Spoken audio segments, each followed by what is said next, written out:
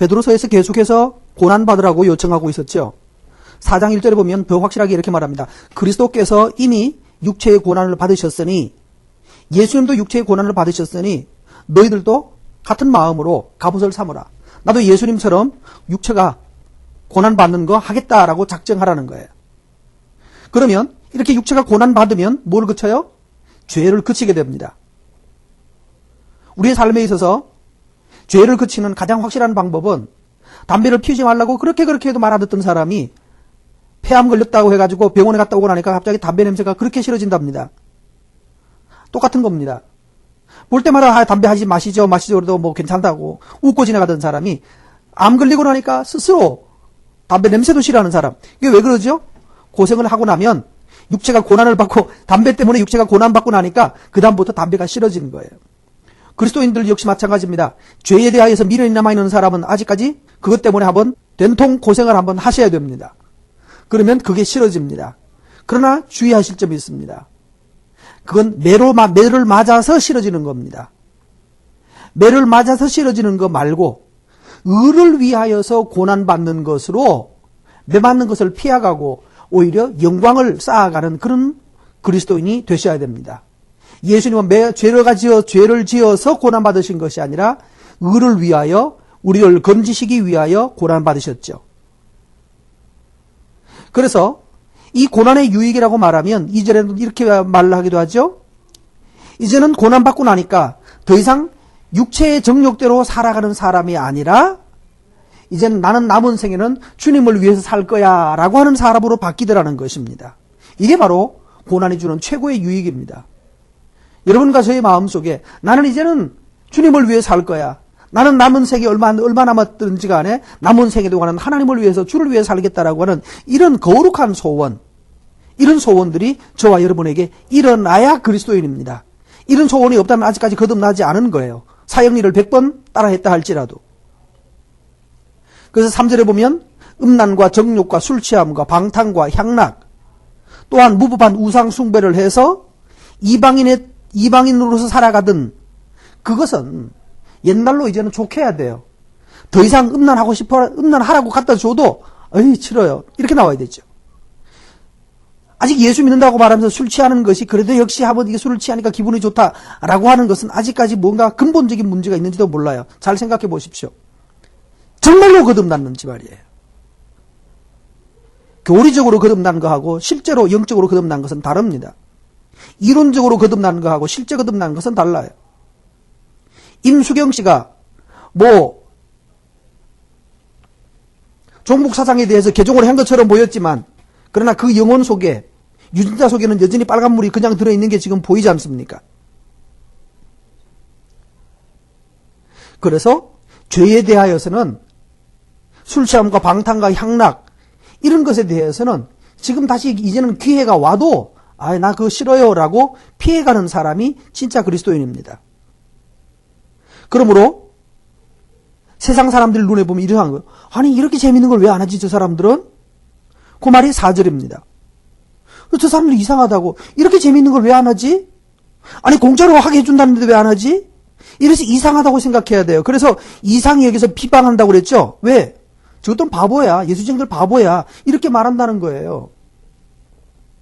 공짜로 회사에서 음란하라고 돈 다 대준다고, 2차 3차 가라고 돈 다 대주는데도 불구하고 나는 그거 더러워서 싫다고 라고 집으로 들어가는 이런 것을 보고 저 사람들 왜 저러냐고. 여러분은 이렇게 다른 사람들로부터 이상하다고 여김받는 사람이 되셔야 됩니다. 최소한 그리스도인이라면요.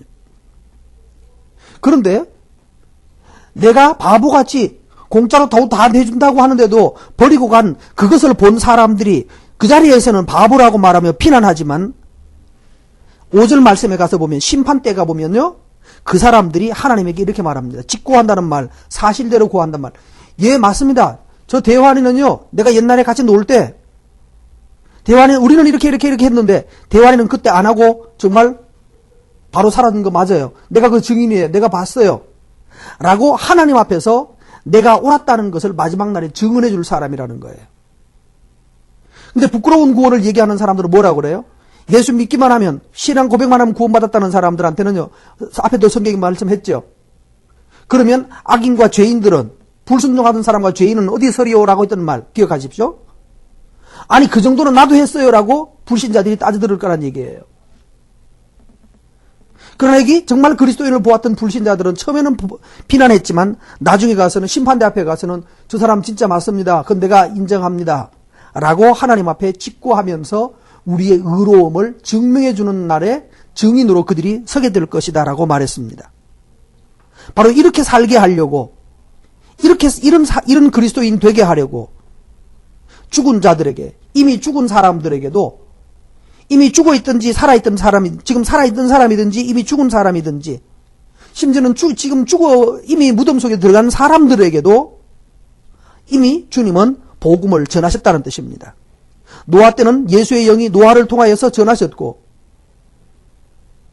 또 사사기 때는 사사들을 통하여서 예수의 영이 전하셨고 베드로 때는 베드로를 통하여서 주님의 영이 전하셨고 우리 아버지 때는 우리 아버지를 통하여서 주의 영이 그 그리스도인됨을 증명하셨습니다. 이미 죽은 사람들에게도 그렇게 복음이 증거되었다는 얘기를 합니다. 그러므로 7절에 이제 예수님 오실 날이 많이 남지 않았다.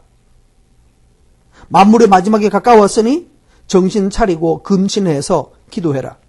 그러면서 형제들끼리는 서로 사랑하고 또 덮어주라는 거예요. 죄를 덮어주라고.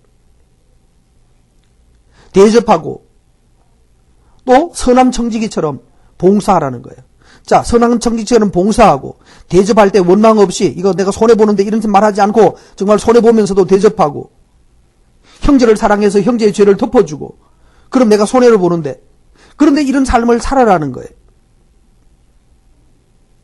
그럴 때에 뭐가 일어납니까?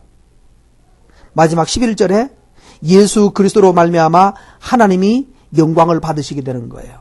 아, 저 사람들이 진짜 예수쟁이구나. 진짜 예수 믿는 사람들은 저런 사람들이구나. 라고 하면서 세상 사람들이 안티들이 진짜 믿는 사람, 저 사람은 진짜 믿는 사람 맞다고 내가 인정한다라고 개독교라고 욕하던 사람들 중에 그들이 저 사람은 진짜 같다고 이렇게 인정하는 사람들이 세워져야 합니다. 내가 기독교라고 표방하는 것으로 기독교가 아니고 기독교인 그리스도의 삶을 사는 사람이 그리스도인입니다. 우리나라는 기독교를 표방하고 있는 종교인이 많지 그리스도인은 적습니다. 그래서 어제 본문에서 그렇게 말했죠. 구원 얻을 자가 겨우 몇 사람뿐이다. 겨우 8명이었다. 라고 말해서 구원 얻을 자가 적다라고 말을 했습니다. 예수님도 같은 말씀을 하셨죠. 인자가 다시 올 때 참으로 믿는 자를 보겠느냐라고 말씀하셨죠. 지금 교회 다니는 분들 정말로 그리스도인인지 예수 그리스도의 고난을 닮은 그리스도인인지 아니면 예수님 뼈다귀 울고 먹고 있는 곰탕에 먹고 있는 그래서 예수님 이름 팔아먹으면서 나는 구원받았다라고 말하면서 세상에서와 미래의 행복까지 다 확보한 욕심꾸러기가 되어 있지 않은지. 그러나 하나님이 마지막 날에 불신자들이 우리가 얼마나 진실했는지 아니면 가짜였는지 불신자들이 증명하게 될 것입니다.